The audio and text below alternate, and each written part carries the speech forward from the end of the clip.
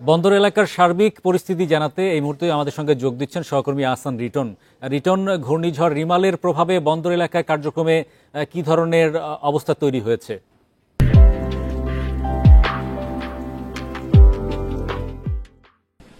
দেখুন, আমরা আসলে প্রতিবেদন যেমনটি শুনছিলাম যে আজকে ঘূর্ণিঝড় রিমেলের কারণে চট্টগ্রাম বন্দর থেকে শুরু করে যতগুলো আসলে গুরুত্বপূর্ণ স্থাপনা রয়েছে সবকিছুই বলা যেতে পারে যে তাদের যে কার্যক্রম সেটি বন্ধ রয়েছে। আমরা এই মুহূর্তে চট্টগ্রাম বন্দরের একেবারে যে জেটি আর রয়েছে সেই জেটির মধ্যে আছে। আপনি যদি খেয়াল করে থাকেন তাহলে দেখবেন যে আমার বাম পাশে অসংখ্য গ্যান্টি ক্রেন এখন অনেকটা অলস বসে আছে। আপনি জানেন যে অন্য সময় চট্টগ্রাম বন্দরের এই এলাকাগুলোতে আসলে অসংখ্য কর্মচারীর পদচারণে আসলে মুখর থাকে। গ্যান্টি গুলোর গর্জন এবং এই যে কন্টেনার ওঠানামার যে শব্দ সেগুলোর শব্দে আসলে মুখর থাকে। আজকে আমরা দেখছি আসলে ঘূর্ণিঝড় রিমেল যখন থেকে আসলে উকি দিচ্ছিল তখন থেকে চট্টগ্রাম বন্দর কর্তৃপক্ষ এক ধরনের সতর্ক অবস্থান নেয় এবং ইতিমধ্যে এখানে অ্যালার্ট 4 জারি হয়েছে এবং সকাল থেকে আমরা যেটি দেখছি সেটি হচ্ছে বন্দরের যত রকমের কার্যক্রম রয়েছে সেগুলো আনুষ্ঠানিকভাবে তারা বন্ধ ঘোষণা করেছে এবং পরবর্তী পর্যন্ত যতক্ষণ পর্যন্ত না আবহাওয়া পরিস্থিতি সচল হচ্ছে ততক্ষণ পর্যন্ত তাদের এই কার্যক্রম থাকবে। আমরা আসলে চট্টগ্রাম বন্দর কর্তৃপক্ষের সাথে কথা বলেছি, তারা যেটি বলছে সেটি হচ্ছে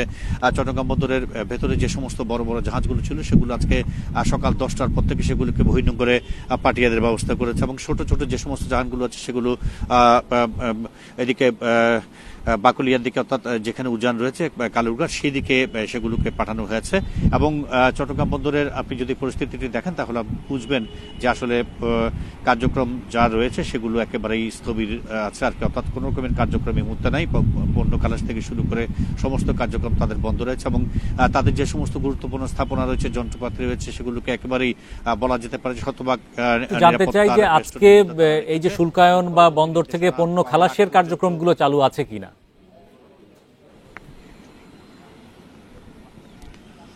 না, আমরা আসলে যেটি বলছিলাম সেটি হচ্ছে এই মুহূর্তে সব ধরনের ওঠানামা থেকে শুরু করে যত রকমের কার্যক্রম রয়েছে চট্টগ্রাম বন্দরের সমস্ত কার্যক্রম বন্ধ রয়েছে।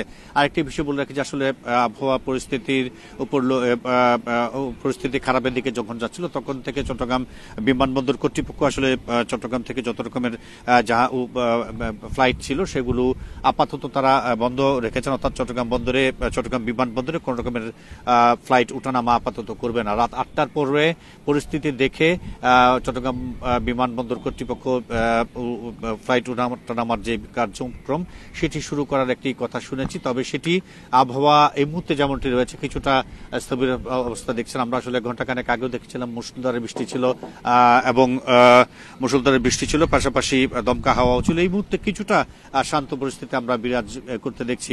আপনারা একটু বলে রাখি যে চট্টগ্রামে আজকে যে ঘূর্ণিঝড় রিমেল উকি ঝুঁকি দিচ্ছে কিংবা কিছুক্ষণ পরেই সে হয়তো হামলা দিতে পারে সেটিকে মাথায় রেখে চট্টগ্রামে 785টি আশ্রয়কেন্দ্র খোলা হয়েছে এবং 1140টি স্কুলকে আশ্রয়কেন্দ্র হিসেবে প্রস্তুত রাখা হয়েছে, পাশাপাশি 9টি মুজিব কাল্লাও প্রস্তুত রয়েছে এবং 295টি মেডিকেল টিম আছে যারা যেখানেই কোনো রকমের মানুষ আহত হবেন সেখানে তারা ছুটে গিয়ে তাদেরকে সেবাদান করবেন। এটি ছাড়াও বলা যেতে পারে যে আজকে আমরা সকাল থেকে চট্টগ্রামের মূল সড়কে যে যানবাহন চলাচল সেটি কিছুটা কম দেখেছি এবং চট্টগ্রাম বন্দর এবং অন্যান্য যে সমস্ত স্থাপনাগুলো রয়েছে সেখানে স্বাভাবিক যে কার্যক্রম সেগুলো সকাল থেকে বন্ধ রয়েছে, এখনো সে অবস্থায় আছে এবং পরবর্তী নির্দেশনা না দেওয়া পর্যন্ত কার্যক্রমগুলো বন্ধ থাকবে। ধন্যবাদ রিটন আমাদের সঙ্গে যুক্ত হওয়ার জন্য।